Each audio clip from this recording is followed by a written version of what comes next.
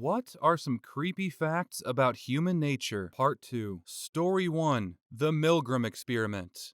In the early 1960s, a psychologist, Stanley Milgram, conducted a series of experiments to study obedience to authority figures. Participants were asked to deliver what they believed were increasingly painful electric shocks to another person, an actor, who was in reality unharmed. Shockingly, many participants obeyed authority figures and administered potentially lethal shocks, highlighting how ordinary people can commit morally reprehensible acts when following orders from authority figures. Story 2. I have a good one. Your stomach has its own nervous system, more or less separated from your main nervous system. This is called the enteric nervous system, ENS, and it primarily controls the muscle movements and enzyme secretions your digestive tract does in order to digest and process food. It does communicate with your central nervous system, but it's understood that the ENS is capable of operating independently from the rest of the body. Story 3. Same as others. I've been through the bystander effect too. I was 11 when my school had a camp focusing on our finals. One of my friends, a girl, is a tomboy, and she plays rough. She punched me in the stomach at 11, but I think that was her way of fooling around. During the camp one night, some of us were attacked with her hug. Nothing bad. The thing is, though, I'm skinnier than her, and her arm was hugging my neck. It was fine at first, but then I panicked because I couldn't breathe. I was pleading for her to let me go, even begging, but she was cackling. I reached out to the others for help. Literally, my arm stretched out for one of them, and they just stared. It went on long enough for me to think I was going to faint and die, causing tears to spring. Then she let go, and I ran upstairs crying. The others called our teacher, but they told her I was being possessed. It still pisses me off sometimes. Story 4. In a modern world, both sexes are primed to see the worst in each other, because they're pre-programmed with fantasies about the best in each other. They say, never meet your heroes. Sure, many people on both sides have done great things, but these people went through one hell of a journey to become that person. The ideal human being that did amazing things isn't perfect. Never was, never will be, but we hold on to what the nostalgia sets as the baseline.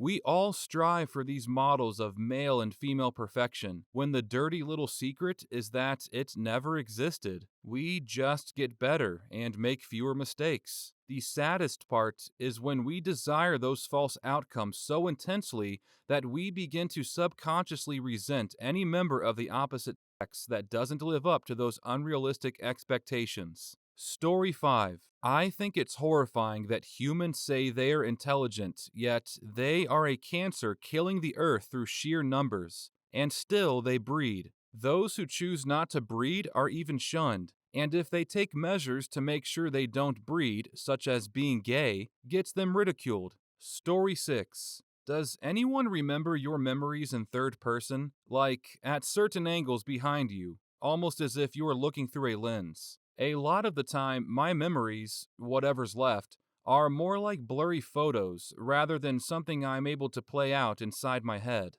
Story 7. Okay, so in college, I was a sociology major, psychology minor, and my good friend and roommate was in child development. We would come home day after day, informing the other of major topics we'd learned for the day or week. Well, one day, our classes sort of aligned, and we went into a long discussion until we both came to the conclusion that children are sociopaths and psychopaths until around the ages of 8 to 10, whereas they begin to catch on to empathy and such. Those who don't usually grow up to be said sociopaths or psychopaths. I'm glad it has been confirmed we were not the only ones on this line of thinking. Story 8. The fact that polyamory is a part of human biology and nature based on survival instincts that have not been removed from human nature, thus making the phenomenon of cheating more prevalent than it should be. If monogamy wasn't so highly prized in most cultures than cheating, it would not be as bad of a thing as it is. Story 9. What I'm interested in, along with my psychology, is that in video games with RPG simulation with choices, you tend to do what is right, but what is actually right for you? I usually tend to be the good guy. helping others, keeping people happy, and thinking about decisions. At times, I do the opposite for the enemies in game because you want your side to win. I often reflect on what I do for my characters because I play the way I act. Even if video games are just a bunch of zeros and ones, it fascinates me to silently see someone's reflection when they play those genres, especially games like The Witcher or Fallout, because we all want to have a good ending for our characters and self. Or you just unalive everything on sight because why not? That's why there's a quick save. Story 10. We animals evolved to stink really bad so that we don't cannibalize each other into extinction. The human body has a good amount of nutrient value when consumed by another, due to pollution and genetics. The human sense of scent has been rapidly diminishing. Story 11. Few interesting facts to add to some of these. 1. If someone is being told to do something terrible to you by a member of authority, you better hope to God it's a rude individual. People described as rude or less likable are way less likely to just follow orders they don't morally agree with than average or nice individuals. 2. If someone falls in the pit, you pick them up. Not a fact, just a metalhead rule I thought back to when the trampling bystander effect stories were brought up.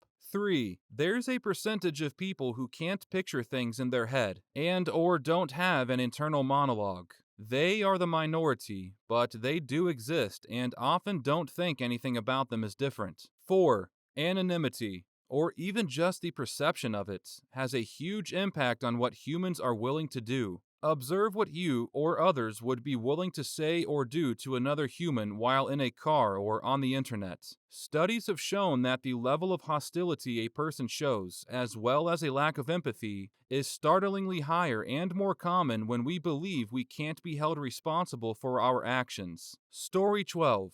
I'll add one more. Anterograde amnesia. Most people think of amnesia as only the storytelling trope of the character that wakes up somewhere and remembers nothing about their past. Retrograde amnesia. But anterograde amnesia is way more terrifying in my opinion, and I experienced it firsthand after a concussion once. Anterograde amnesia is the inability to form new memories due to being unable to encode new memories from short term, your immediate attention essentially, into long term. Imagine if nothing you did after the episode of Anterograde amnesia could be remembered later. We base so much of our existence on being able to remember what we did later. When I got that concussion, I fully functioned for hours after. I know I must have walked back to my apartment since I was so close. I know I called a family member to take me to the hospital and have a sliver of a memory of doing so. I was told that I talked to a doctor and the front desk.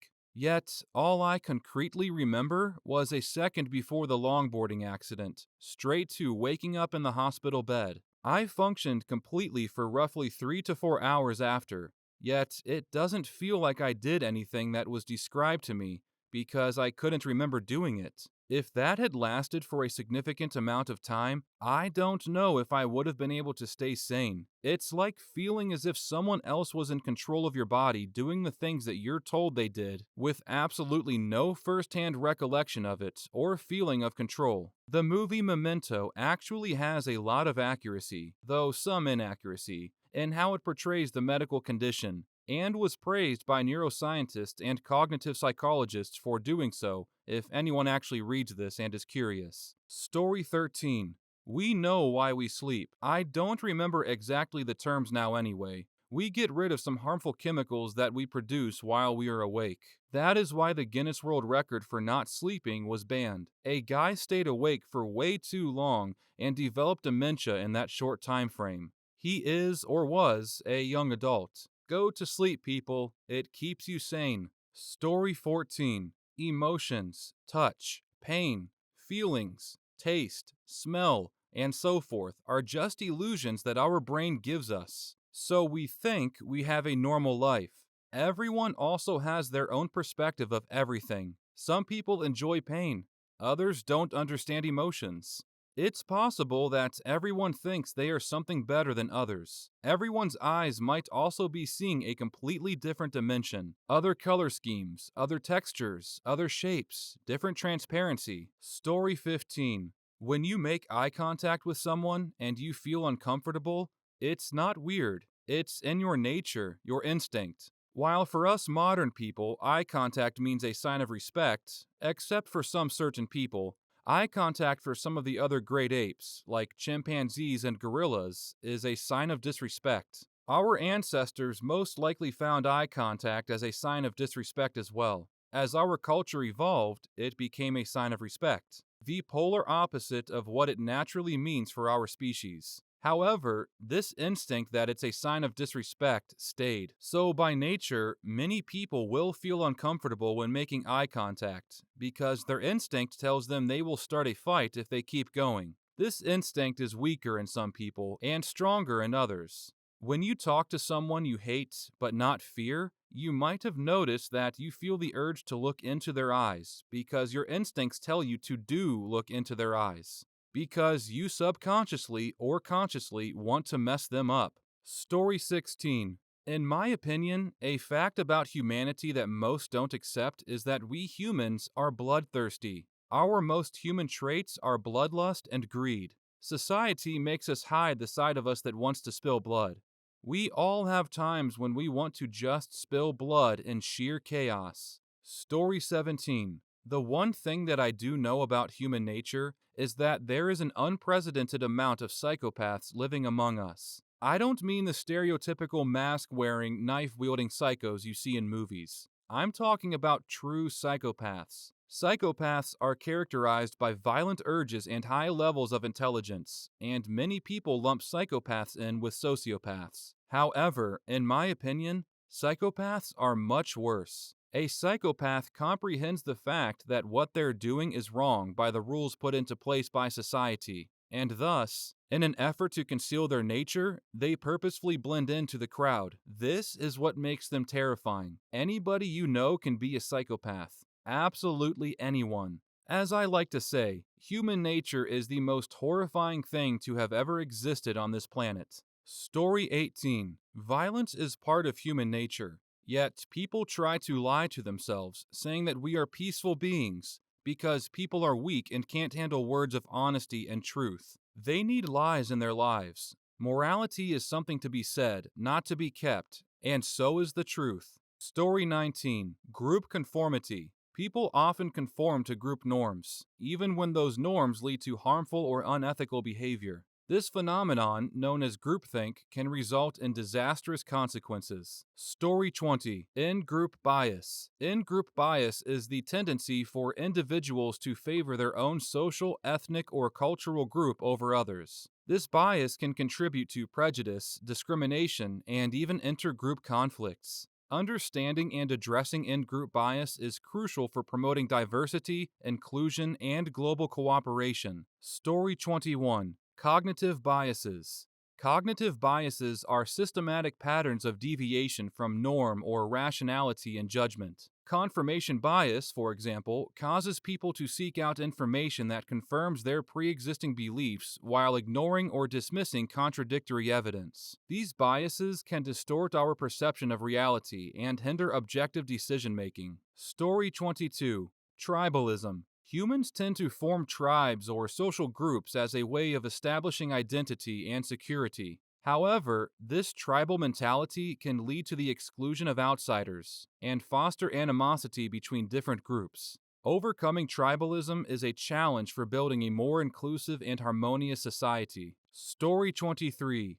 De-individuation. De-individuation occurs when individuals lose their sense of personal identity and moral responsibility when part of a larger group or crowd. This can lead to behaviors they might not engage in when acting as individuals, such as participating in riots or mob violence. Story 24. Moral disengagement. Moral disengagement is a psychological mechanism that allows individuals to rationalize immoral or harmful behavior. This can involve minimizing the consequences of one's actions or blaming external factors. Recognizing these mechanisms can aid in promoting ethical behavior. Story 25. Social hierarchies. Throughout history, humans have organized themselves into social hierarchies with varying degrees of power and privilege. These hierarchies can perpetuate inequality, exploitation, and oppression. Addressing social hierarchies is a fundamental challenge in achieving social justice. Story 26. Narcissism. Narcissism involves an excessive focus on one's own needs, desires, and importance, often at the expense of others. Narcissistic individuals may display manipulative and self-centered behaviors that can harm relationships and communities. Story 27. Female mate preferences change with their menstrual cycles and pregnancy. After their period when they are least fertile, women prefer men who are less aggressive and responsible. The week before their period, when they are most fertile, their interest is in aggressive, muscular, high testosterone men. When a woman gets pregnant, her taste usually shifts back to men with lower testosterone levels, and stays that way while she is pregnant, nursing, and if she spends a lot of time with children afterwards. Men's testosterone also dips dramatically if they spend lots of time with children, particularly their own. It is theorized that this is how we hormonally settle into being families. It's also a safeguard against infidelity and males being aggressive towards their mates and children. The problem is that modern technology and society really screw this system up. Birth control pills trick a woman's hormones into thinking she's pregnant, which can cause health issues long term, but always causes behavioral change. In many sad cases, a woman will be on birth control during dating and early marriage, and then stop when they decide they want a baby. This can cause them to lose attraction for their partner because her internal chemistry has changed and is no longer interested in him. Not to mention, men and women working so much and being away from their kids who are in daycare hormonally tricks them into thinking they are single again, and thus, infidelity is much higher for working men, and especially working women. Story 28. Humans have better peripheral vision in the dark or dimly lit areas than frontal vision. This is because the rod cells that react better to dim lights are mainly located in our retina's periphery. I would say the only reason you could take this as creepy is if you are in the dark with just a bit of light and see something move in your peripheral vision. But when you look at it straight on, you can no longer see it. Story 29. There are people who abuse animals, and people who refuse to spend any money on veterinary care, but drive away in a Audi with their diamond-encrusted gold chains around their necks, and then yell things at me like, "You won't help my pet who can't keep anything down for 5 days because I have no money. How can you sleep at night? I work in vet med." Story 30. Racism is pretty silly. We're all humans. I've been friends with Asians, Mexicans, African Americans, white, Native Americans. You name it, and all have made racist comments. I just don't get it. I'm a mixture of a bunch of different races. And hopefully someday we get to the point where we can just see people as the individuals they are. Story 31. Nationalism. I don't mean healthy pride for your heritage and culture. I mean beating your chest for some imaginary line people drew in the dirt 400 years ago.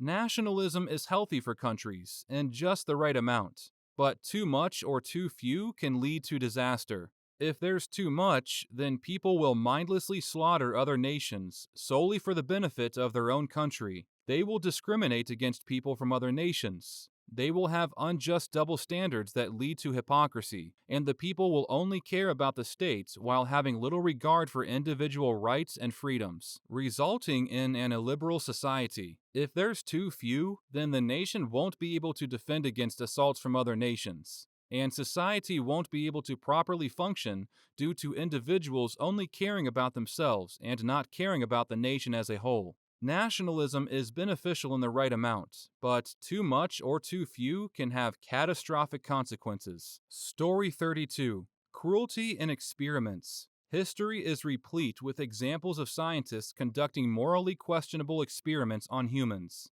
The Tuskegee syphilis study, for instance, ran from 1932 to 1972 and involved withholding treatment from African American men with syphilis to study the natural course of the disease. The Stanford prison experiment, conducted in 1971, saw college students take on abusive roles when assigned as prison guards, revealing how easily people can become cruel when given power. Story 33. Cannibalism. While rare and extreme, instances of cannibalism have occurred throughout history. For instance, the Donner Party, a group of American pioneers stranded in the Sierra Nevada mountains in 1846, resorted to cannibalism to survive during a harsh winter. The act is a grim testament to the lengths humans might go to in dire situations. Story 34. Dark Web Activities. The dark web is a part of the internet intentionally hidden from search engines. It's known for facilitating illegal activities, including drug trafficking, weapons sales, hacking services, and even hiring hitmen. It exemplifies the hidden and disturbing underbelly of the digital world. Story 35. Psychological manipulation. Manipulative individuals use psychological tactics to control and exploit others. Gaslighting, for example, involves subtly manipulating someone's perception of reality to make them doubt their sanity. Such manipulative behavior can have severe emotional and psychological consequences for victims. Story 36. Parasitic behavior. Parasitic individuals exploit the goodwill and resources of others without reciprocation. This behavior can range from financial fraudsters taking advantage of vulnerable individuals to emotional manipulators who drain the energy and resources of their victims. Story 37. Psychic scams. Fraudulent psychics and mediums prey on individuals seeking guidance, especially those in vulnerable emotional states. These scams often involve hefty fees for services that lack any scientific validity, taking advantage of people's desire for connection or closure. Story 38. Brainwashing and cults. Brainwashing techniques are used by some individuals or groups to control the beliefs and behaviors of others. Cults, in particular, manipulate their members through isolation, indoctrination, and charismatic leadership, leading to extreme devotion and potentially dangerous actions. Story 39. Obsessive stalking. Obsessive stalking involves individuals fixating on and harassing their targets to an extreme degree. Victims often experience severe emotional distress, and stalkers may escalate their behavior to physical violence, making it a deeply disturbing aspect of human behavior. Story 40. The "it's okay as long as I'm doing it" mentality that we all seem to have. Girls I know don't want to be shamed for embracing their sexuality, but they rip into a girl that they think is slutty. Guys call out other dudes for being players and girls for being easy, but then hit on every girl they see. The list of this goes on and on.